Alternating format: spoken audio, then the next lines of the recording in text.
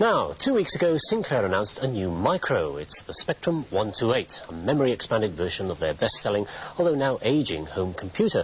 And already, Sinclair claimed to have taken orders worth £14 million.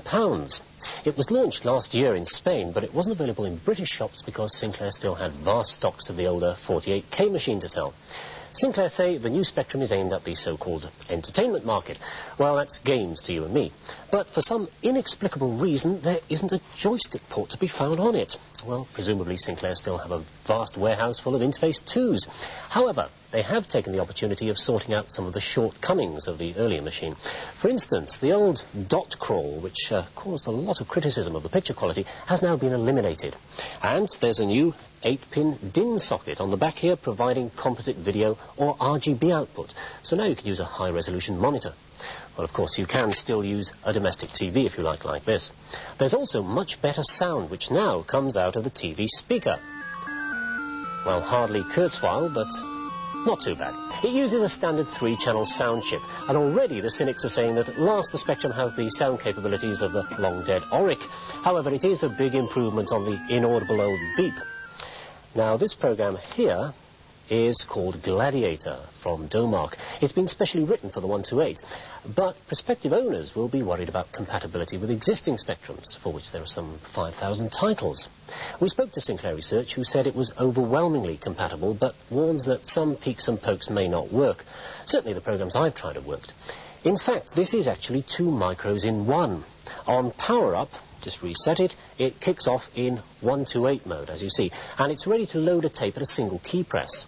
But I can select the 48K mode, quite simply, like so, and there you are. As you now see, it claims to be a vintage 1982 machine. And just for old time's sake, they've even kept a few of the original bugs in the ROM. But here's something it certainly couldn't have done in 1982. It's controlling a music synthesizer through its musical instrument digital interface, or MIDI for short. As you can hear, it works fine. The MIDI socket just here also doubles as an RS-232 port, well, at least according to the label they've got here, and that means in theory you can now drive printers and modems. But, and this is pure Sinclair, this socket conforms to no known MIDI or RS-232 standard, and even though this looks like a regular telephone plug, it isn't. So, the new machine has a few new features, a few enhancements, but it's no dramatic advance on the old Spectrum. So, earlier today I asked Alison Maguire, the marketing manager at Sinclair, why they had bothered.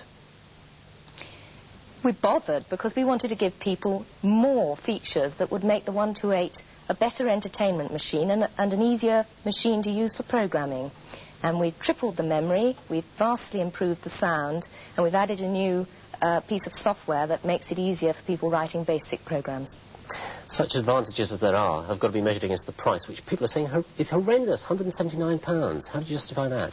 Before Christmas, we took the 128 out into the marketplace and we asked people several questions about it, including what they would guess the price would be.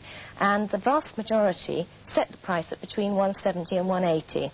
And don't forget, we include 2 completely free games for that, both of which sell for £9.95 each at the moment. Why is there no joystick port, and why is the MIDI non-standard? We thought very carefully about putting in a joystick port, but decided not to because we knew it was important that the 128 should be software compatible with the 48. There is no standard joystick interface. If we'd built one in, we would have lessened compatibility. As for the MIDI interface, we have used the same socket as we used on the QL, and it doubles as an RS-232 port. Who's going to use it? Are people going to upgrade from their 48s, do you think? Anyone will use this computer if they want to use a computer for having fun and learning to program. I think people probably will want to upgrade from their 48, but I think most of our customers will be new users of computers, first-time users. Does that mean the 48 is now going to bite the dust? Not at all. We think there's a lot of life left yet in the 48K, and we'll be selling it for a long time to come. Alison, thank you very much. Thank you.